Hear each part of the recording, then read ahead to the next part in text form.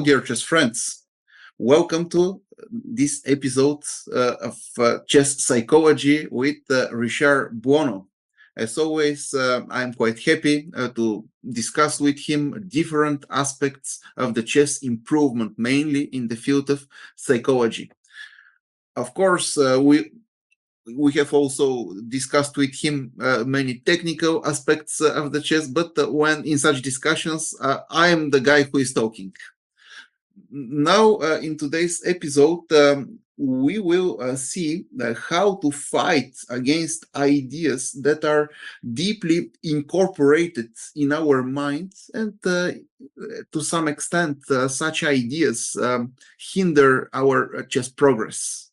This is a very interesting topic, very interesting matter of the chess improvement. I have myself struggled very often with such ideas that were deeply incorporated in my mindset. And I'm sure that what Richard has to say is will be very helpful, not only for you, but for a grandmaster like me. Welcome, Richard, and let's introduce this very interesting topic. Thank you, Grigor. So, of course, ideas, pre-constructed opinions, all these beliefs are very problematic for a chess player because it creates new condition which creates tension or energy leak or whatever. What are we talking about? To integrate this in an auto-hypnosis process, we have to understand what is exactly the problem. If you create a list of what you don't like when you play chess, you might be very surprised. Think about things about maybe you did not realize before. Let's take a few examples. You don't like to play when there is noise. You don't like to play when the spectators are too close. You don't like to play when the light is too bright. You don't like to play when the light is too low. You don't like to play against an opponent that always sits up and down and wanders around like a vulture, you know. You don't like to play when, for instance, you are unzeitnot. You don't like to play when someone is watching you. Well, there is plenty of things you don't like. The pre-constructed idea is that it diminishes your potential because you are in one of these conditions which you don't like. You have also the positive conditions, not only the negatives. Yeah. You like to play when you play in a certain country. You like to play against certain type of opponent. You like to play against a certain opening. You like to play and such. You could make a list of what you don't like and what you like. Okay. This is a part of the problem. We can extend it. You like to have a sandwich before playing. You like to go to sleep early when you have to play the day after. You like to listen some type of music when you will be playing in a few minutes or hours, whatever, and such. Then, instead of this positive and negative, you have also all the preparation, all the background thing, and it's also out of a tournament when you're at home, when you train, when you go to the playing with a sparring partner, whatever. Okay. So all of these things are created by your mind because you realize that something might have given good result and some others bad results. So you create some small rules, you know. Okay. These rules are strictly an illusion created by you because unless, let's say, it's obvious, like if you don't sleep for 3 nights, it's obvious that when you come to the chessboard, you will have some problems. Okay. I'm talking about these little things, all these little things that you decided or you believe. Because that is to be in the negative or in the positive. You have think sometimes that if you don't have the condition, it will create a tension, an internal pressure. Okay. Yeah. I don't like the table. I don't like where is the table. I don't like this camera which I have in front of me. I don't have the chair is not comfortable. If you focus exclusively on this, well, it might be a real problem. And some chess players in the past, very well known as this problem, and they could not get rid of it. And some of them were really pathologic. And this is terrible because they will lose completely their potential just because one of these conditions is up. Yeah, okay. We can see this very often in the chess world. Yeah. And if you share the information about what you don't like, some opponents may use it when they can, of course. So it is an issue. And it is important to know how to fight against this. Okay, there is a very simple solution I have to mention because it's the atomic bomb of the solution. It's just to have no beliefs. Okay, it's just, okay, I don't care, I play. Give me a chessboard, give me a chess clock, and I will go. Okay, this is it. I could play standing, sit down, lay down. I could play with AC/DC concert. I could play with any kind of people in front of me. I don't care. Bring me the world champion. I don't care. Okay? So the easiest solution is not creating a set of beliefs which are illusional. Okay? Make the difference between beliefs and rules. Huh? Okay? Yeah. Rule is a rule of conduct. You decide that you don't want to make any draws. This is a rule. It's not a belief. Okay? But this I think it's obvious for you guys to make the difference. So all these beliefs kills you. And not only the negative, the positive kills you. Because if it is positive and you don't have it, you will think that you're not being superior in terms of performance. So it's the same. Positive or negative, all beliefs kills you. So you have to remove. If you think about a specific beliefs that annoys you, the autohypnosis will help. You could create a scenario where you have all these beliefs in place or not and win the game. Okay. But the very best way to go through the process is to imagine that all the conditions you need are not present in your scenario and all the conditions you fear are present. Yeah. Okay. And then you do exactly what you do against facing an opponent you fear, like we discussed last time. You have to detach the emotional. You have just to go through and play your game. Because you have to be convinced that the conditions you need are not necessary for you to win. Okay? Yeah. So it is important to create this, let's say, first step to understand how to get rid of it. You can get rid of the whole at the same time or one by one by a training. For instance, if you want to go one by one, you make the entire auto-hypnosis process.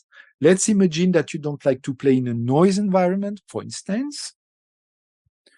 So you start the scenario after the basic start and all what we discussed earlier. Well, I'm not going to wrap up that again.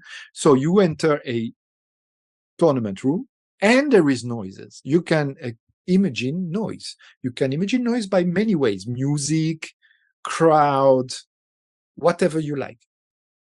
And you imagine yourself playing at the first person with this input of noise. And you learn to not to take this noise into consideration. It's a very simple step to do, because I'm going to give you a very important tip here that I use in so many ways in psychology. If you try to think about how you realize you are alive and how you realize where you live and what you are doing, there is only one way to realize that, is through your senses. Okay? Yeah. You have 5 senses. Every sense sends you a signal. The magical thing of this is that you can alterate those signals. You can change them. Let me explain. If you see an apple on a table, you can decide that this is a banana. You force your mind into visualizing a banana, even if you watch an apple. Okay? If you have your mouth empty and you feel that you're eating a strawberry, you close your eyes and you imagine the taste of the strawberry. It is an illusion, yes, but you can recall the taste of the strawberry. It creates some strange sensation. If you hear, for instance, nothing, you could imagine you hear a little wind blowing, for instance, or the birds in the background on a beach. You can alterate by adding something or subtracting something or changing something, which means that your environment is completely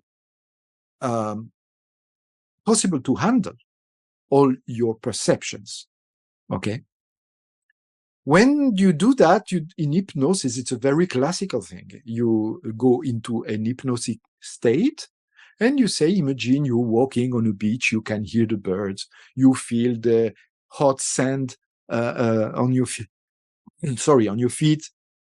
You can hear the waves of the sea, and things like that. And you start to go into the scenario. Really, you can hear them, you can feel these things, because senses are alterables. You can alterate the perceptions. Okay, Of course, yeah. and this is doable only if you train a lot. You have to train. I'm not saying that tomorrow you're going to do that. It's going to be easy. When I help people to quit smoking, I have a protocol, very funny, because I explain them that when they want to smoke a cigarette, they feel something here and there in the stomach. This is this pulsion. It creates a kind of needs that create tensions over here, and this is one of the senses. Yeah. Kinesthetic aspect of the touching sense, yeah, what you feel inside your body. But you can change. You can feel something different if you like. You can feel that you can breathe easily. If you can hear, for instance, a specific song, you can alterate it.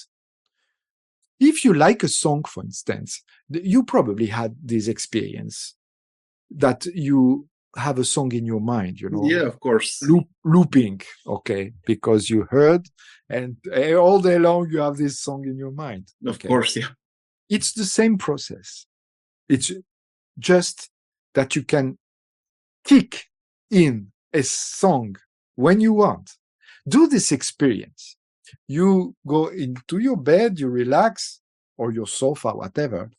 Choose a song like if you would be in Spotify, and try to play it. You will be surprised.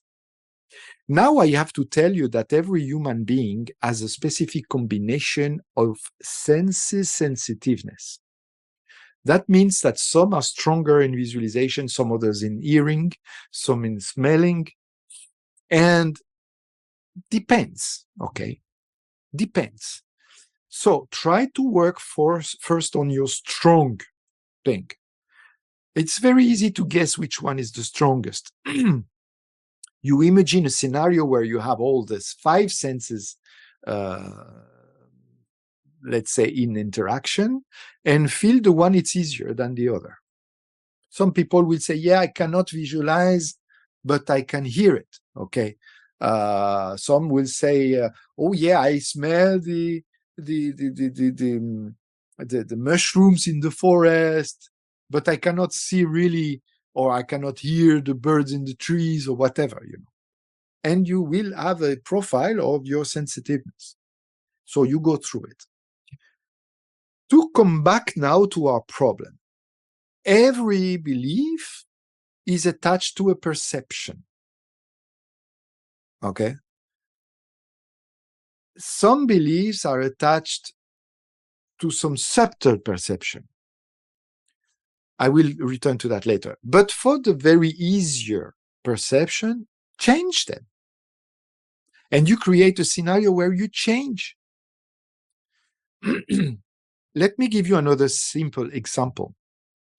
Sometimes you could be very cold because it's cold and you're not properly dressed. A very common technique is to either forget you're cold or think you are feeling warm. You strongly think about warm.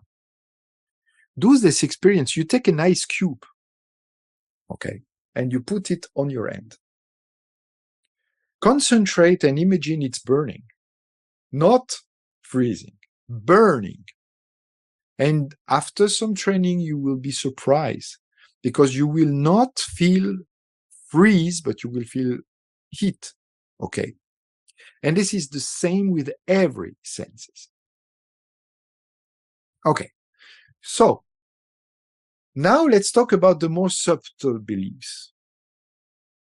For instance, you believe that it is not full moon, you will not play well chess, okay?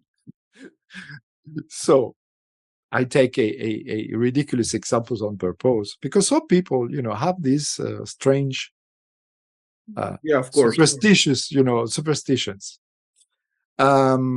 Then you come back to the very classical way of handling.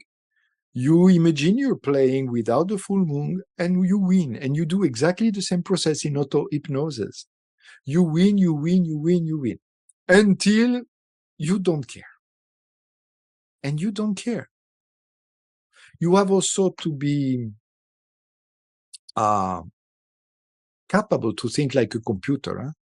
You mentioned it earlier, Grigor. A computer don't care that this is a full moon or not. Of course. What I mean is that do not forget that it is not a mystical game. It's made of rational decisions based on a situation which is very rational.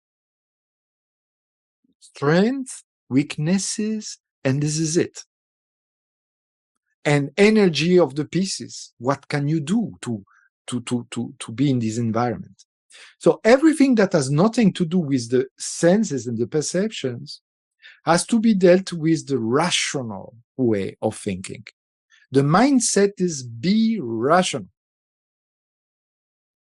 Actually, while listening to you, I think that it can be also very useful for people to learn how to embrace the discomfort and to take pleasure of it, because this can be also achieved via the auto hypnosis. You imagine one situation in which you feel the discomfort, you don't feel well, it's quite annoying for you, but you try to convince yourself that this exact situation provides you with pleasure and you like it.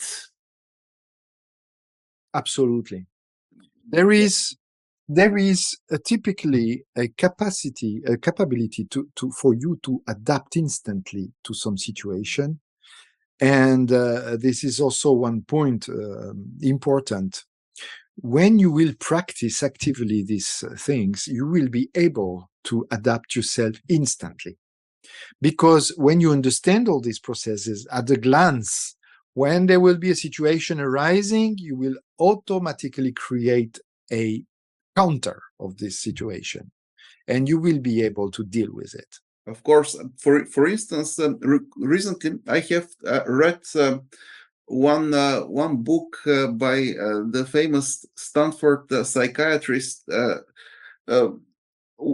Sava Blemke. I think the name might be mistaken. I apologize for that. But she said in the book she writes something very interesting. She says that the center in the brain which is responsible for the pain and the pleasure is at the same time. And for instance, let's suppose that one practices cold water exposure. You take cold showers at the beginning. At the beginning, it feels really uncomfortable. But during the time when the cold water exposure continues and you somehow embrace the discomfort, then your brain and all the processes that are incorporated in your brain have the ability to go from the negative to the positive side of the Very things, good. and then you start feeling the pressure because this is a simple mechanism of compensation. And I think that when we embrace the discomfort, finally we end up feeling better because pain and pleasure are quite related in life. For of course, this can be a little bit off topic, but it's also quite No, it is connected to the topic. important. It is important. And we will widely discuss about emotion another time with pleasure, because there's a lot of things important to say. I would like just to mention another detail. We have been so far with auto-hypnosis talking about a specific approach, which is the active approach. But you have to know that there is a passive approach. It is not that it's not relevant for our discussion, of course not. It is just different. But it will be very easy to explain in a very few minutes, and I'm going to do it now because you can experiment it. All these protocols we've been talking about, and I will mention it in the documentation, by the way, could be trained in a different way by repeating a sentence in loop before going to sleep. Okay, this is a very old method, but that's been giving some excellent result because this is auto-suggestion and you can do it passively. Why? Because when you loop and you fall asleep, you created a dynamic that continuates after you slept. You started to sleep. Yeah. It's the inertia of the mind, that creates this pushing. Okay. The only thing is that you have to be very careful on what you say. It is very important. For instance, the sentence has to contain an objective, which is the suggestion with an active verb. Okay. And it has to have a condition. Let me give you an example. Tomorrow, when I will wake up, this is the condition of when and in what situation, I will feel fully replenished with energy. It's a very simple statement, but it contains the goal, the essential, and the condition. You have always to put these two things into the sentence. And don't say tomorrow when I face this difficult opponent, I'm going to lose the game. Certainly not. Yeah, But be realistic also. Do not say, I am going to win. yeah, Let me explain. You have to do this, not create a conflict, because there is some things that depends on you and some others that depends on others. You cannot win alone. You need your opponent to to lose to lose win. the game. Yeah, You understand? So you have to be very accurate. But say, tomorrow I will play with my full potential. yes, yes. Very important points. Okay? It is only relying on what you have under control. Okay? Because this creates some fake statements that could drive you into the wall, my friend. Of Because if course, you, because sometimes even your full potential might not be enough to achieve the results. yeah, but you have to To only, release it. yeah, about what you can control and what you can do. So, passive way is excellent for some other purposes. Maybe we will discuss this another day, but it has to be mentioned that this is another method, and it's specifically chosen by people that cannot make any visualization easily or use their sense easily, because this is typically repeating a statement in your mind. So it's very easy to do by anyone. And it creates also some concentration thing. You know, you have to train to be concentrate. Of course, you have to prepare your body the same way you would do an active auto hypnosis, with the relaxing the body and the breathing. Okay, Yeah. this is a prerequisite, and then you go to the repetition until you fall asleep. Okay, Okay. Yeah, this is very important. Okay. Thank you very much, Richard, for with pleasure. excellent presentation. Um, this is how we finish our episodes on auto hypnosis. But you can be sure that we will be following with many other topics related to the chess psychology. Of course, you will get access to some documentation in which all the basic ideas will be very well documented, very well presented, and you will have them at your disposal all the time. But I think that even the messages that have been transmitted during all these videos are quite simple and easy to apply with little dedication. Thank you once again, Richard, and see you in our next episodes. With pleasure. Thank you very much, and happy practicing. Huh? Of course, thank you.